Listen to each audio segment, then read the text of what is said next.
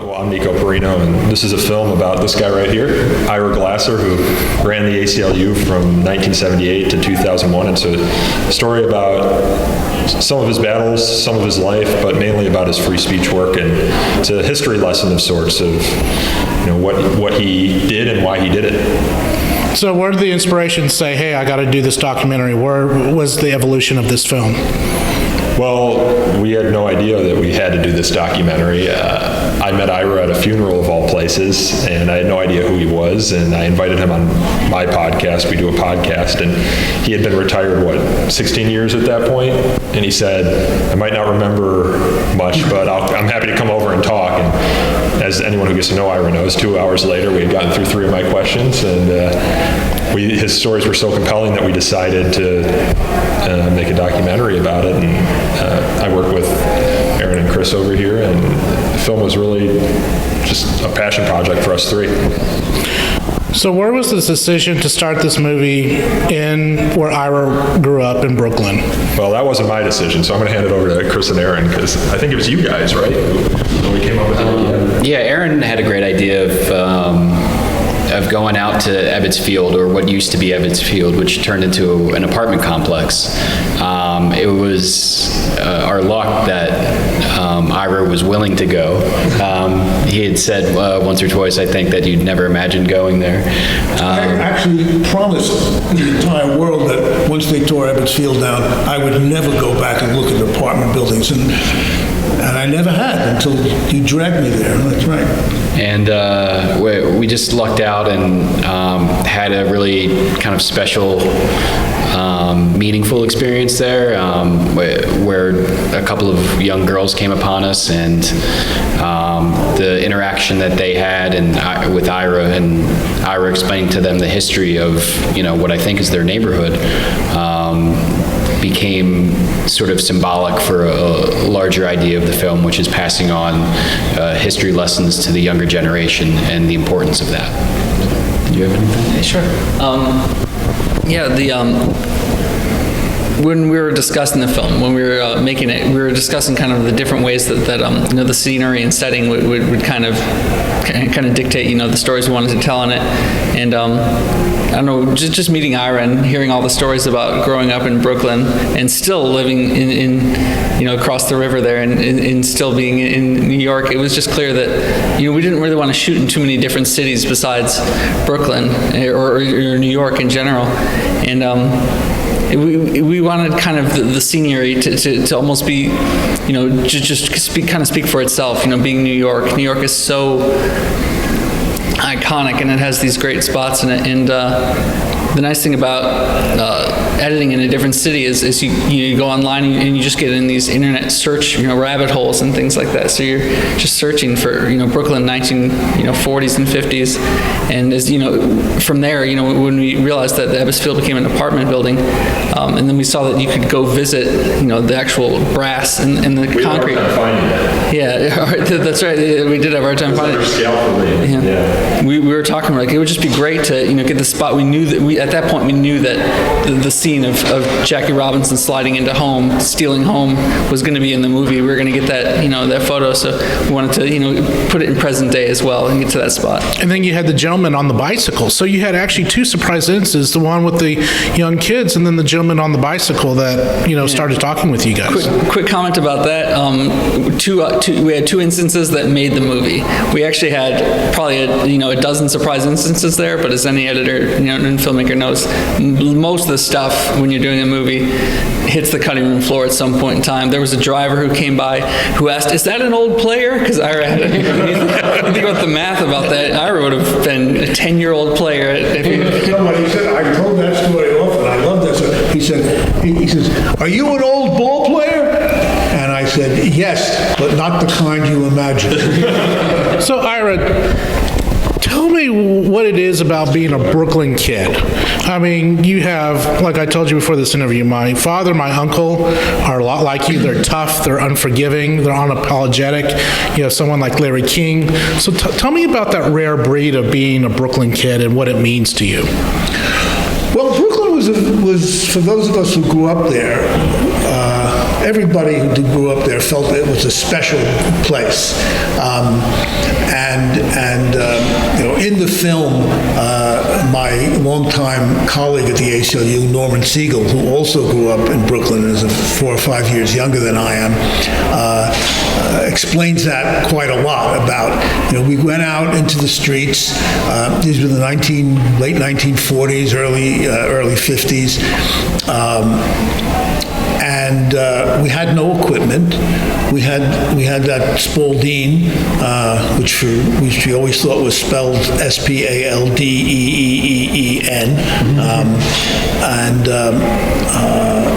and we used it for everything, and the rest we just made up. We built scooters out of skateboards and pieces of wood, and we stole our mother's broomsticks to play stickball, and we played punchball because we didn't have any bats. We just had our fists, and that's what we used. And we went out in the street, and you came home when it was dark. And, and when people started calling you for supper, and there were no adults, and there was no supervisors, and there were no coaches, and there was no... And what happened is that street culture meant that you had 8 or 10 kids on each block. I mean, I never went outside of my own block. If I was on East 95th Street, if I went to East 94th Street, I would have been terrified. I wouldn't have known anybody. But on our block, you had, and all the kids came out, and they all played all the games, and they had to resolve disputes by ourselves. If a big kid was a bully, somehow that had to be dealt with, and there were lots of different abilities. Some kids were very good at what we were playing, other kids were not, but everybody played. Unlike the little leagues, nobody was not on the team. You chose up sides, and everybody got on the side. Now, sometimes when you ended up with an odd person, you chose, and the loser had to take him. And there was all kinds of those little humiliations. But everybody played, and you resolved all of these things by yourself.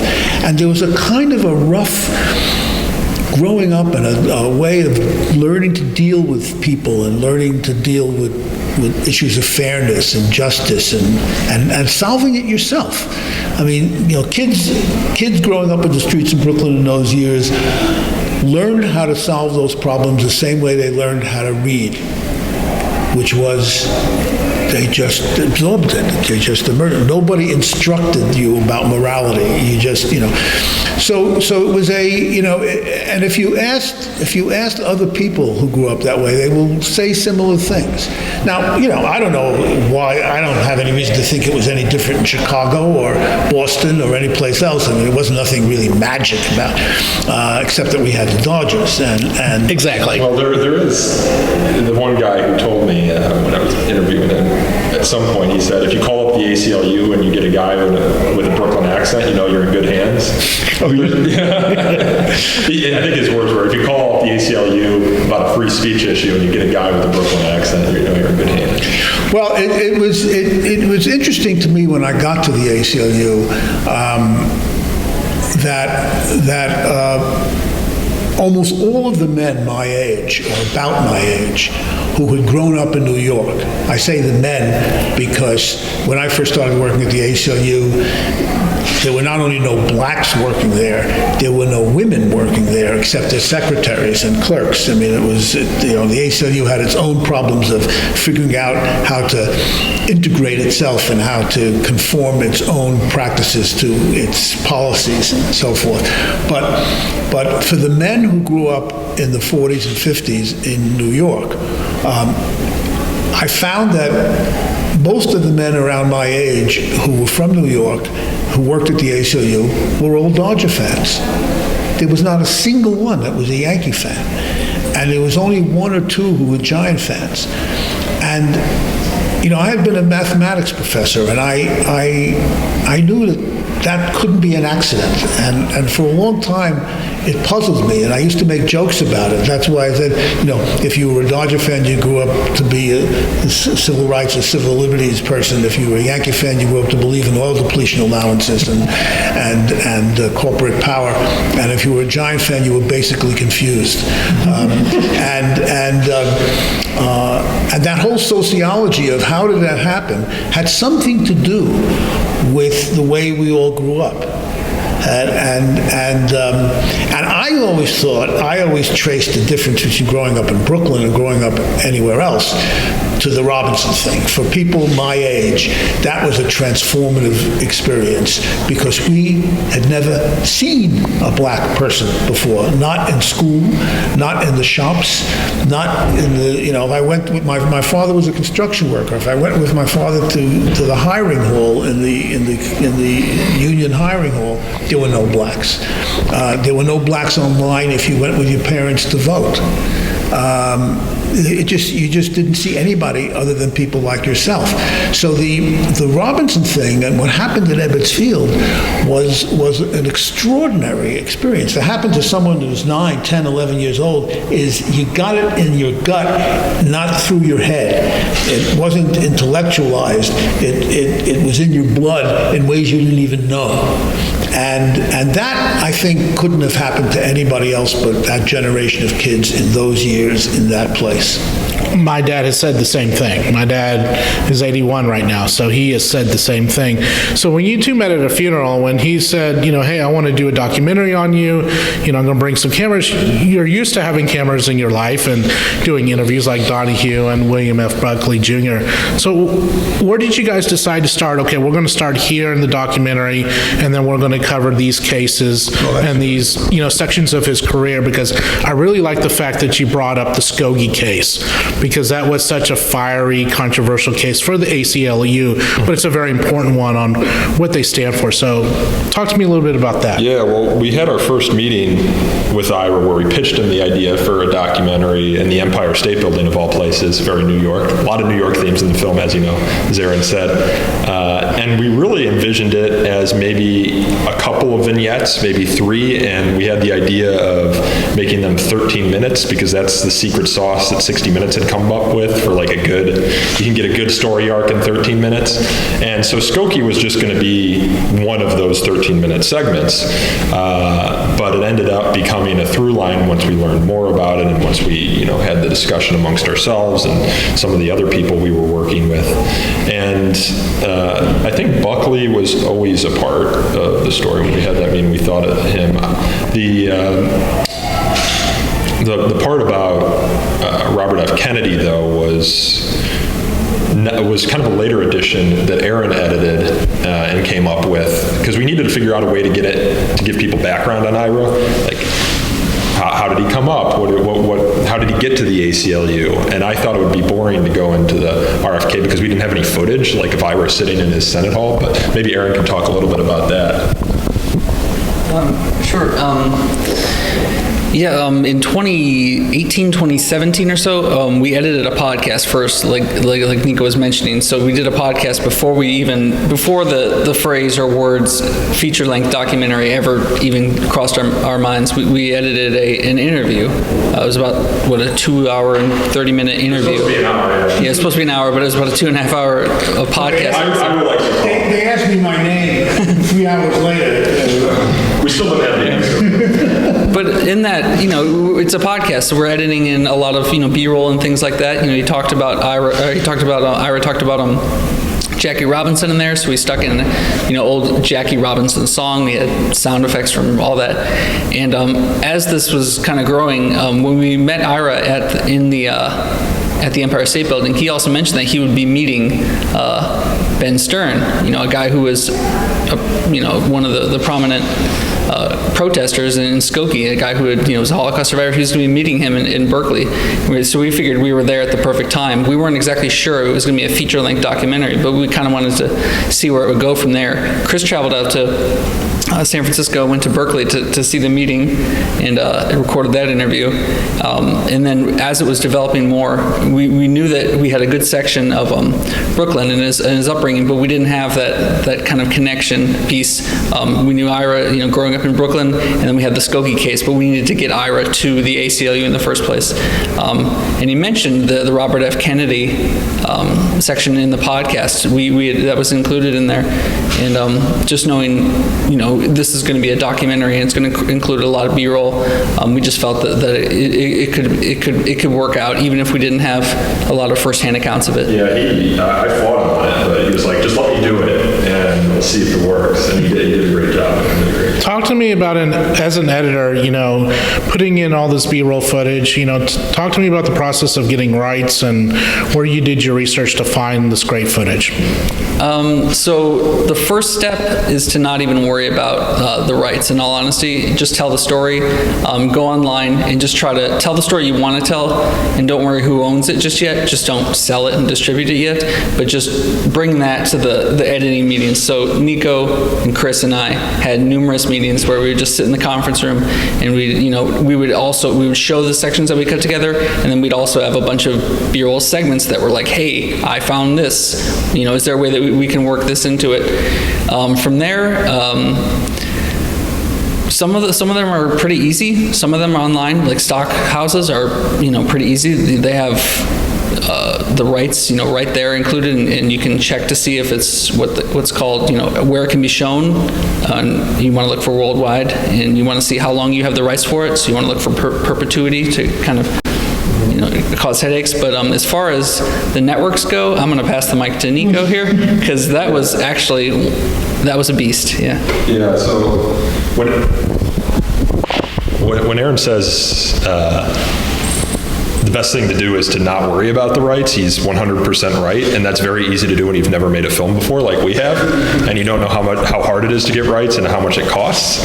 So for an established filmmaker to not worry about the rights, I think is easier said than done. When we first submitted all the items, so we had 550 something lines of archival in a spreadsheet that we needed to put in the film. We had, I'd say 90% of those that we sent to our lawyer and wanted a fair use. She kind of laughed at us, and then we embarked. The film would have been out a year earlier if it weren't for the archive. So it's a very astute question. It's one of the most difficult things about making a documentary. But when we finished the project, I think all but 10 lines we had rights secured, we had paid for, working with the networks. Some networks are easier to work with than others. We actually had footage in the documentary of Ira in the stadium, the Met Stadium, with William F. Buckley watching the game. But MLB wanted to charge us $12,000 for 45 seconds of footage. And they wanted prior review on the entire film. So we weren't about to do that. But it would have been more moving, that Buckley section, had we had it. So yeah, it's a beast. That and delivering the film at the end were definitely the hardest technical parts. So Chris, tell me a little bit about the Berkeley trip that you took, and your subject there was just as fiery today as he was 40 years ago. So talk to me about approaching him and getting him involved in this documentary, and what was it like talking with him? Ben Stern is the most intimidating 98-year-old man, I think, on the planet. He turns 100 in September. Yeah, I'm flying out there. Yeah. he's a wonderful guy. He was very warm and inviting. But I'd say I felt a little unprepared for that meeting, just knowing going into it the type of disagreement that was had, the length of time probably hadn't dulled how Ben would react to this type of disagreement in my mind, in my ignorance of what Ben had gone through, and I went into it just without any expectations, just hoping to capture whatever I could capture, ask open-ended questions, and just let these two men talk it out. And I felt privileged to be there and watch the conversation unfold as it did, because I think Ben really poured his heart out in a way that I didn't anticipate. He was very open about everything he had gone through. He had just really opened a painful chapter in his life and invited us in, and I just felt privileged to have experienced it. And what turned out was a really, I thought, beautiful moment between him and Ira that that I think we knew we had to film after that meeting. I didn't know what we had up until that point, but then afterwards it was like you could build around this. This was such a powerful moment. And yeah, just to say it again, I felt privileged to have been invited into his home and have that conversation. And you were also the one that found the archival footage of Ben from 1970. the 70s. We had no idea that existed. We thought we just had modern day footage. Yeah, it was, we totally stumbled across it. It was just luck. I went to, I think it was ABC, and I dealt with, an archivist on the phone, just punched in, it's not like a publicly accessible service. I had to give someone keywords that I thought, would turn up the footage that I wanted, and then just go through these kind of reams of paper to see what looked like what I might want. And then I would, pay a small fee, and then they would send us the footage out. So it was a little bureaucratic. It felt like how you would have to go through archival maybe in the 70s or something. But luckily I asked for the right keywords, and then, hit a gold mine of Ben Stern, our subject, in the 1978, discussing exactly what I want him to be discussing, both modern day and back then. So just really lucky. And kudos to the editing team on that segment, because I really loved how you flashed from his late 70s interview to him. I mean, that was seamless, and you don't see that often in documentaries. And so kudos to you guys who did that editing and you finding the footage. Ira, I got to ask you a question. William F. Buckley, we're right now here in the Texas Hill Country. Lyndon B. Johnson had something called barbecue diplomacy, where he would invite people to his ranch and, sort out differences around barbecue. You had baseball diplomacy, and talk to us a little bit about bringing your friend into your world, and tell me about that magical, special moment, because I felt like if a lot of us do that today with our current conflicts, that we would have more understanding. So what was the decision to bring your friend into your world and then take him? He was a fish out of water. You took him to the subway, you took him to a baseball game. Tell me a bit about... Before that, I took him to Coney Island to have hot dogs at Nathan's. That was really where the story began. That wasn't in the film, but I was on a show with Buckley, just me against him, not one of those 4-on-4 things, just that his earlier show, which was a half-hour show, just me and him. And we were debating whether or not people had the right to burn a flag. And we were talking about that case that I was describing before at Sydney Street in Harlem. And I was making all these constitutional First Amendment arguments about the right to burn the flag. And at one point he says to me on the show, on air, well, I understand all those constitutional arguments, he says, but I'm thinking about the reaction of the common man to that. And, here's this guy. My father's a construction worker. I grew up on the streets in Brooklyn. This guy, his father was an oil man. He grew up in Sharon, Connecticut. He went to private school. I mean, he is the elitist of the elite. And he is telling me about the common man. So I say to him, Bill, wait a minute. What are you saying? What you think the common man will think? What? You've never met a common man. You have no idea what a common man is. You eat. I went to lunch with you once at your favorite Italian restaurant. We were the only two there. And the bill was $300. We didn't even get the main course yet. I mean, what are you talking about, the common man? I said, if you want to see the common man, I'll take you to lunch out to Coney Island. We can go to Nathan's and sit under the boardwalk. And, and it was a sort of a funny exchange, and the show ended. And I get back to my office, and my secretary says, Bill Buckley's secretary just called. Frances, her name was. And she said, Bill wants to take you up on going to Coney Island. He likes hot dogs. Okay. So he picks me up in a limousine in front of the ACLU office. And we sit in the back talking, and his driver drives out to onto the Belt Parkway through the Brooklyn Battery Tunnel and goes out and parks a block or so away from Nathan's. And we get out, and Bill and I get out, and his driver, whose name is Jerry, is sitting there. And I say to Bill, what about Jerry?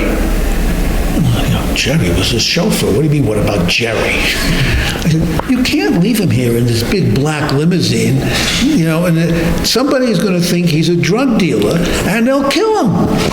And don't you even know where you are? And I said, you can't leave him here. So he takes Jerry with him, and the three of us bucks the car, and the three of us walk a block and a half to Nathan's. And Nathan's, of course, was, on the sidewalk. You stand on the sidewalk, there's a counter, you order. But I knew that in the back of Nathan's, there was a little room. And the reason I knew that is because my wife and I used to take our kids to Coney Island, and they were little, and we would go into this little back room. It was probably 12 by 12 with two sets of tables and benches and a pay toilet. and we would eat. So I knew there was a place to sit down. So I motioned to him to come around the back, and he's looking at me. You remember the movie Goodfellas? Yeah. Where Robert De Niro is trying to coax that woman into to a bad situation, and he's in the alley and he's going like this. So that's what I was doing, and Bill was hesitating, and I said, "No, I'm not going. No one will ever see me." And so I finally get him in, and we sit down, and we order food, and the food comes. And I'm sitting with my back to the door, which was sort of like these swinging tavern doors. And I hear the thing open, and some guy comes in, and then I just hear a loud slap. And what it was is he saw us, and he went, and he just smacked himself. And I hear him turn around and he says, "William F. Buckley, I would never have thought I was going to see you here in a place like this." And the guy comes over, and he starts talking to us, and he starts saying, "I'm a big fan, I'm a conservative, I'm a big fan of you, I love, wow, William Buckley." And Buckley is beaming, and eating his French fries and drinking his beer, and he says, "Let me introduce," because he was always, proper and cordial, and he says, "Let me introduce you to my friend, Ira Glasser from the ACLU." And the guy looks at me, and looks at him, and looks at him. "Get out of here," he says. "He wouldn't be eating here with you."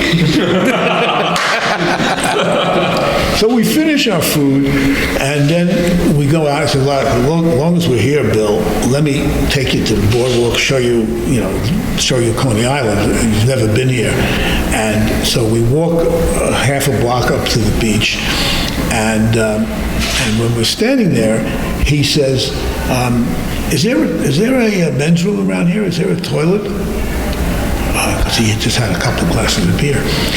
And I said, "Yeah." I said, "There's two choices here. One is over there under the boardwalk." I said, that's actually the safe and the healthy choice. The other choice is you go back into that little room in Nathan's, and you put a quarter in that slot, and you open up the bathroom, but I don't think you want to go in there." But he could not deal with going under the boardwalk, the way normal people do. So he goes back in, and he puts his quarter in, and he goes into the bathroom. He comes out about 10 minutes later, and I said, "Was I joking?" He says, "No." And so that was our first, and I realized from that whole affair that this was a guy who actually talked all the time about the common man and had never met one, never knew. I mean, he had lived his life in a complete hermetically sealed bubble, and that maybe accounted for some of his bizarre views. So a few years later, I saw him on an interview with Charlie Rose. And he admitted during this interview that he had never been to a baseball game. I forget what the question was, but he was like 70-something, and so I wrote him a letter, and I said, "Dear Bill," I said, "I just saw you on the Charlie Rose show." And I said, "And I have never seen anything more subversive in my life. It's a good thing the House Un-American Activities Committee is not in business anymore, because you're probably the only 70-year-old white man in America who has never been to a baseball game. What an outrage." So he writes back. It began a correspondence that went on for like 6 or 7 letters, and large portions of it was ultimately published in the Wall Street Journal, in which I proposed to him to take him to his first baseball game. And that's how we ended up. And then he tried to pick me up in the limousine again, and I said, no, we're not going to a baseball game in a limousine. We go by subway. And if you're afraid to go by subway, I'll bring my kids with me.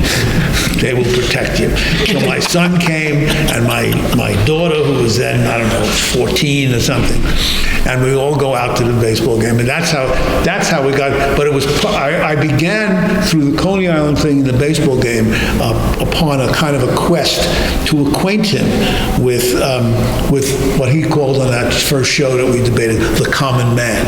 And that's how it all, and it sort of became a thing, and that's where we actually began to be friends and not just debaters, and then we were on many shows together.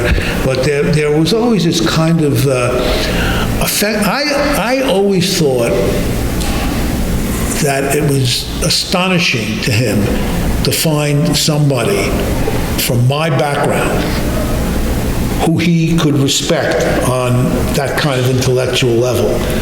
And for my part, I always found him to be, in private, a very kind and generous kind of guy who, if he was in a personal, I was invited to his house once for dinner in New York at his mansion there, and he had a cook who was Spanish.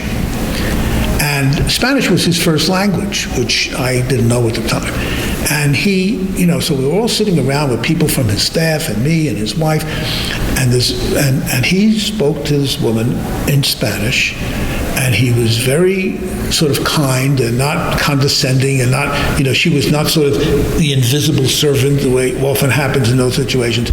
I remember being struck by that, and yet I knew that if he had come across her in an abstract setting on a matter of public policy, he would have written brutal columns. So I began sort of consciously after the Coney Island and the ball game thing to sort of acquaint him with things that I thought might, and it created a relationship. We got off a plane once, and I said, Bill, before we leave to go to where we were going, I have to get some cash from the cash machine. And he didn't know what a cash machine was. It was not that he didn't have a credit card with him or he didn't carry cash with him, which many wealthy people did not do.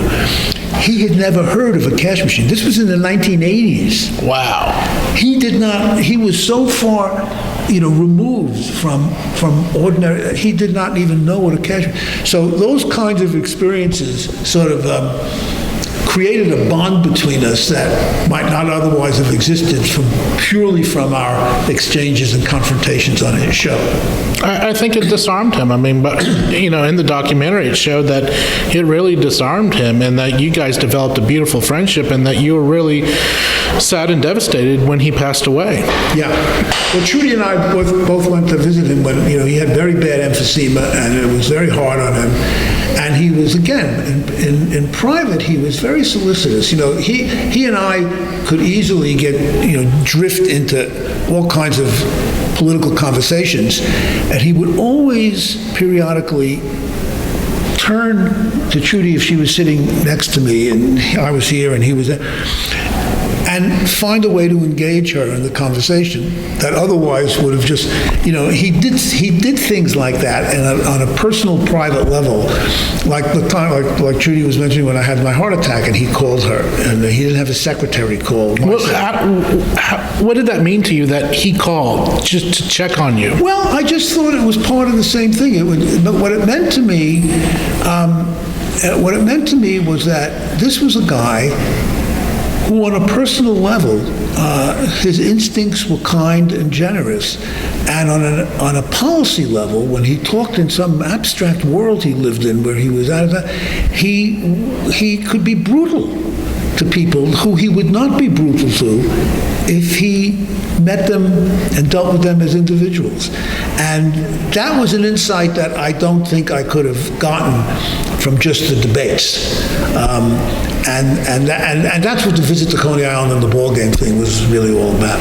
Nico, what did you learn about yourself professionally and personally by doing this documentary and immersing yourself in his life?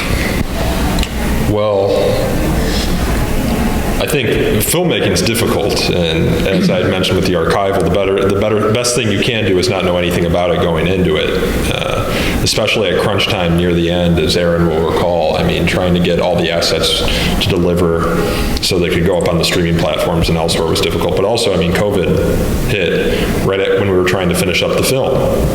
And the score, which is an original score for the film, had to be recorded by musicians in solitary confinement, essentially. You know, where normally you might have had the string quartet recording together, they had to record their tracks individually and bring them together, and that was a process. And we didn't pursue the filmmaking circuit when we released the film because we didn't want to release films, virtually. We didn't want to wait till them to come back. So we were privileged to be able to come to the Lake Travis Film Festival. This is the first time we've all been together since the film came out, believe it or not. So we went straight to, Amazon and iTunes and Google Play and all those places. But what have I learned about myself? It's just put your mind to it and get it done and take it brick by brick, and eventually you'll get there.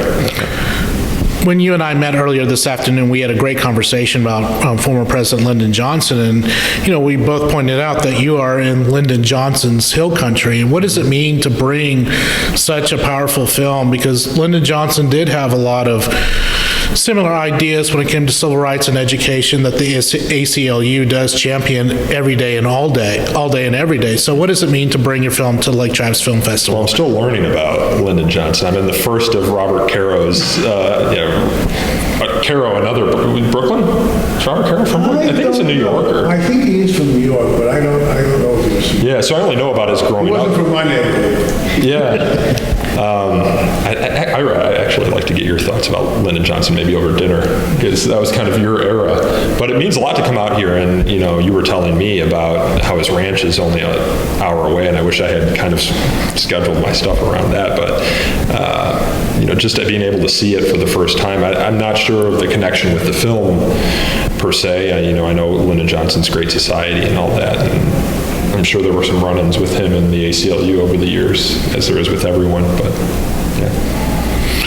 Ira, if you don't mind answering this question, you don't have to. The Blues Brothers had a great scene where they tackled the Illinois Nazis. What was there? If you don't mind giving you the film. I had it. There was a rights issue. I love that movie. Yeah. I just totally love it. When you saw that scene, what was going through your mind?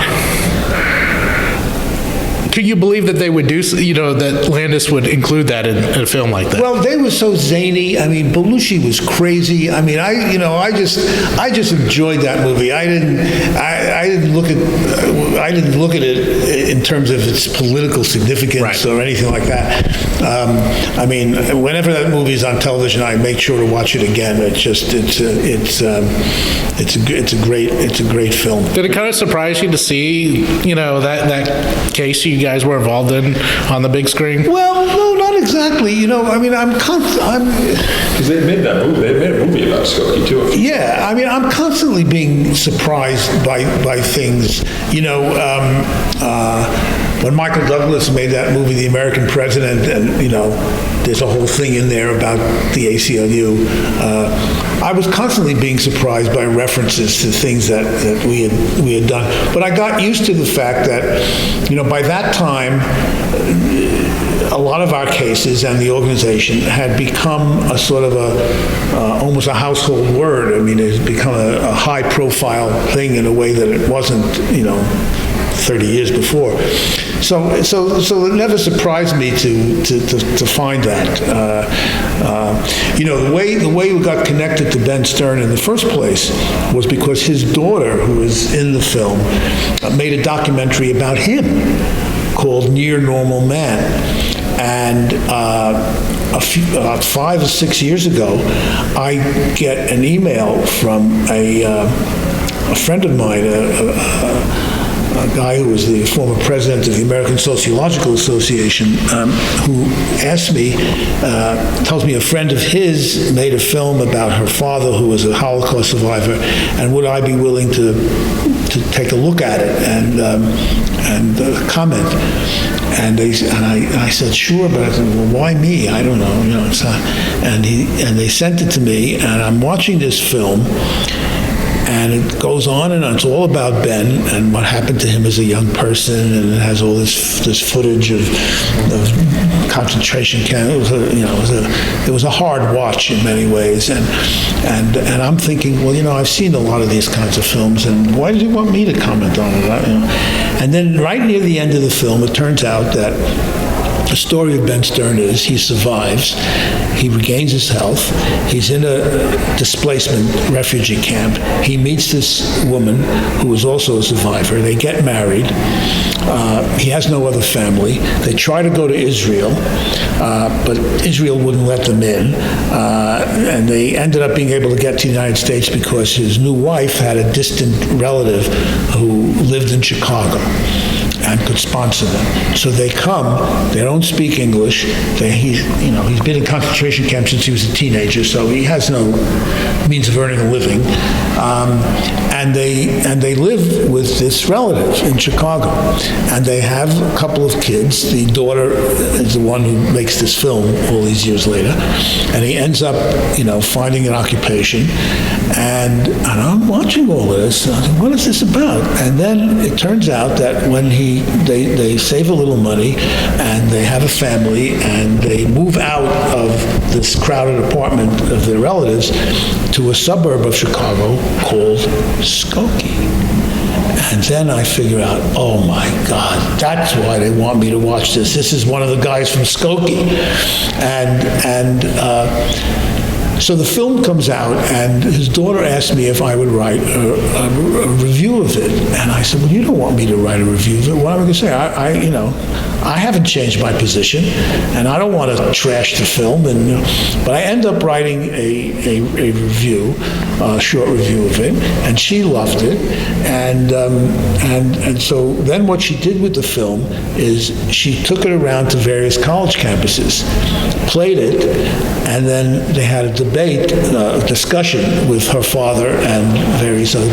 She asked me would I come out and do one of these with him at Berkeley. And that's how I got to go. And then we were right then in the middle of the film, making the film, and so I call up Nico and say, hey, I'm going out there to talk to Ben Stern. I've never met the man, he's never met me, but it might be an interesting thing to include in the film.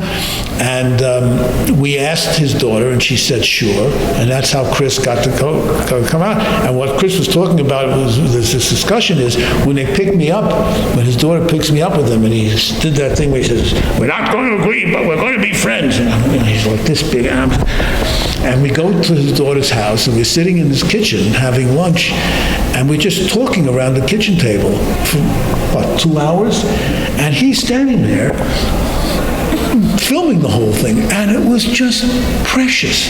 And nobody in the room, including Ben and me, knew what was going to happen. I mean, if you would ask me, I thought it was going to end up in a fist fight. I mean, and it was just this, and we just connected.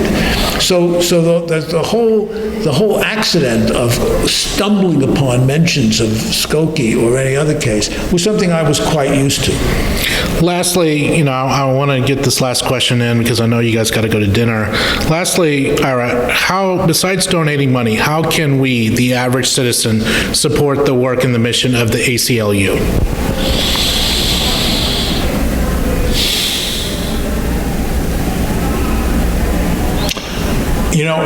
I've been asked that question 4 billion times, and aside from supporting an organization, if you're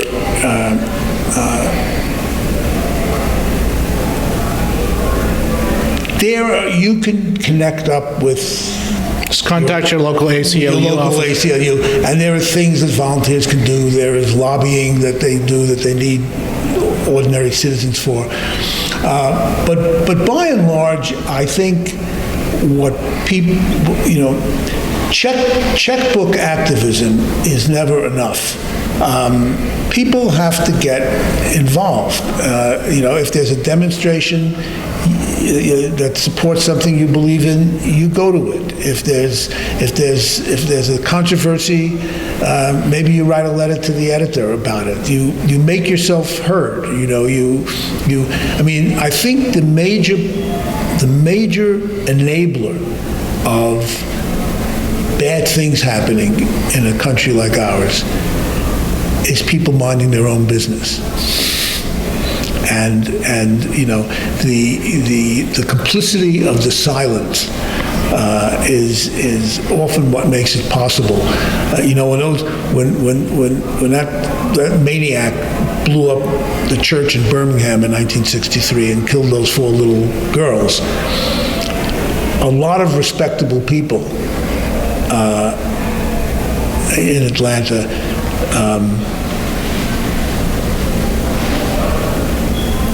really denounced that bomber. But those respectable people were the ones who were allowing Jim Crow segregation to be maintained by not opposing it.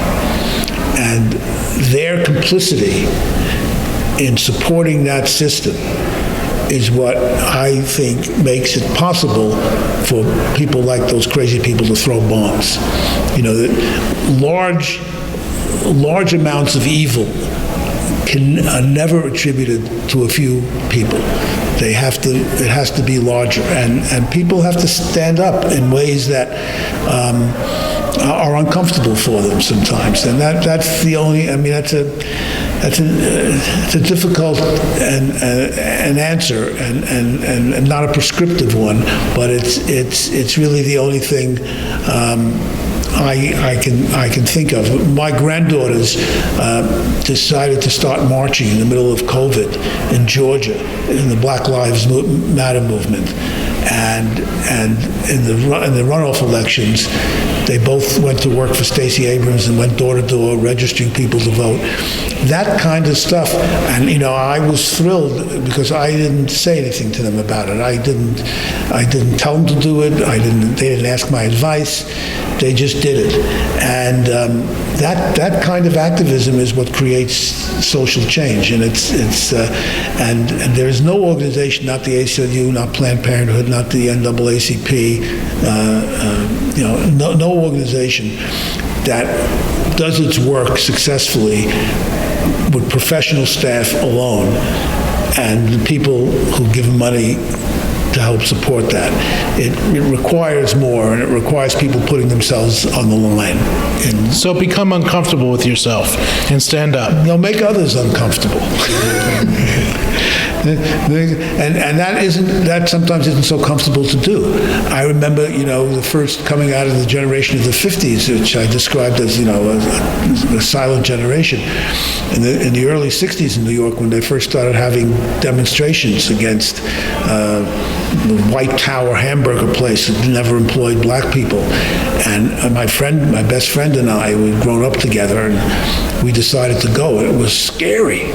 I mean, we were going up to the Bronx to begin with. That was scary, and then we were going to this demonstration, and we had never been to a demonstration before, and we didn't know what would happen, and it was not comfortable going. But that is the kind of thing that, little by little, like the drips of water on a rock, make a difference. And sending a check to the ACLU or sending a check to Martin Luther King is easy, but the people I admire are the people my age who were lawyers at the time, who left their fancy law firms and went down to Mississippi and spent the summer helping to clear the way legally for blacks to register to vote. And some of them got hurt, some of them got killed. But for most of them, it changed their lives, and it wasn't the comfortable thing to do, but they did it. And that everybody can find something to do, but that's the kind of thing that I think makes a difference. Nico, lastly, what is next for you professionally? And then I'll ask the same thing for Chris and Aaron, but also too, most importantly, where are the socials and the website for the film so we can follow your successes and support we've got this? MIGHTYIRA.com. It's Mighty IRA documentary on Facebook, and Mighty IRA Doc on Twitter. Me professionally, I mean, this is not what I do professionally. I do core civil liberties work mostly on college campuses, and that's what Chris and Aaron do as well. Will I make another film? I don't know, maybe. We'll see. I got to recover from the PTSD of making this one first. Chris, what's next for you, and how can we follow you? TheFire.org is a great place to start. Our organization, the Foundation for Individual Rights and Education, sort of, was the backbone of this project. I'm making, short videos fairly often for them, and I think, TheFire.org is a great place to find us and the work that we do. Where can we find you, Aaron, and support your future work? I work at the Foundation for Individual Rights and Education, also a video editor there, producing videos regularly and rapidly. I'm working on a few longer short videos right now, kind of like short-length documentaries, but next feature-length doc, I'm not sure exactly what that is, but it's definitely on the horizon. I'm actually looking forward to doing my next one here.